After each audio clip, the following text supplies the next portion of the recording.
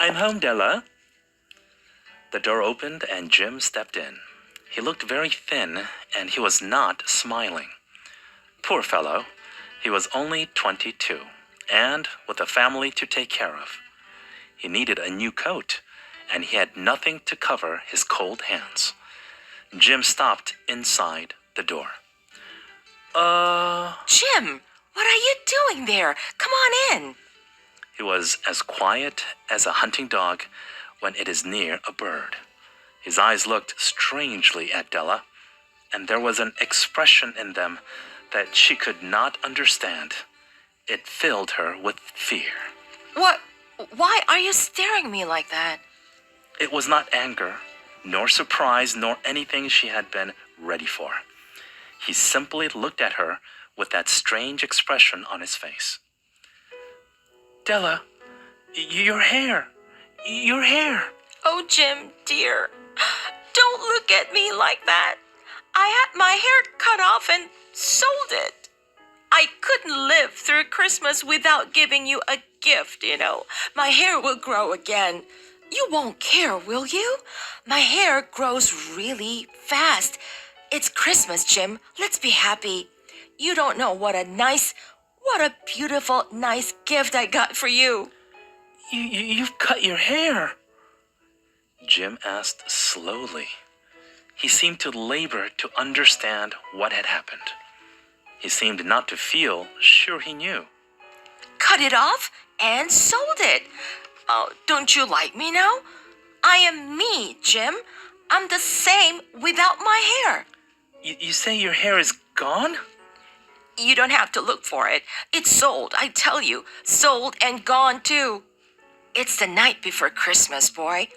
Be good to me, because I sold it for you.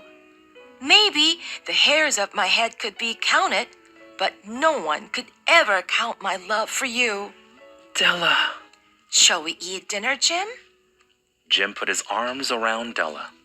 From inside the coat, Jim took something tied in paper. He threw it upon the table. I want you to understand me, Della.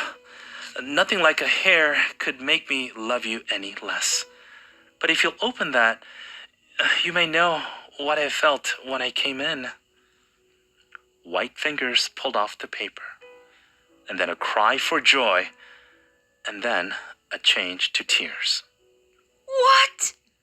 Exactly.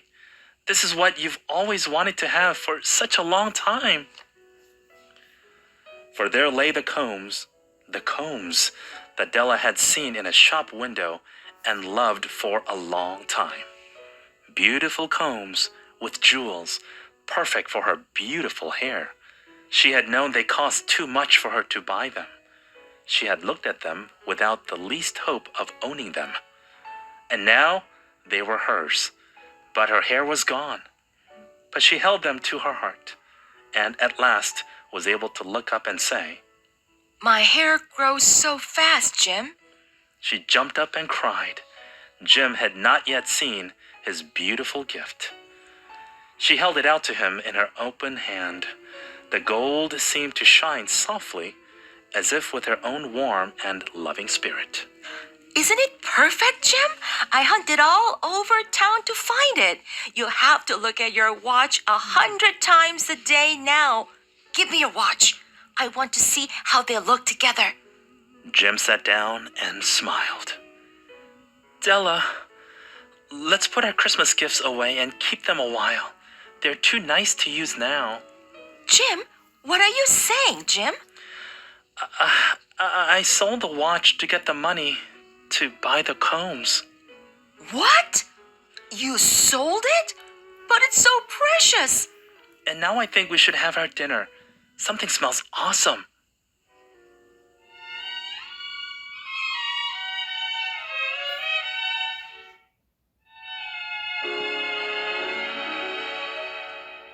The Magi, as you know, were wise men, wonderfully wise men, who brought gifts to the newborn Christ child. They were the first to give Christmas gifts. Being wise, their gifts were doubtless wise ones.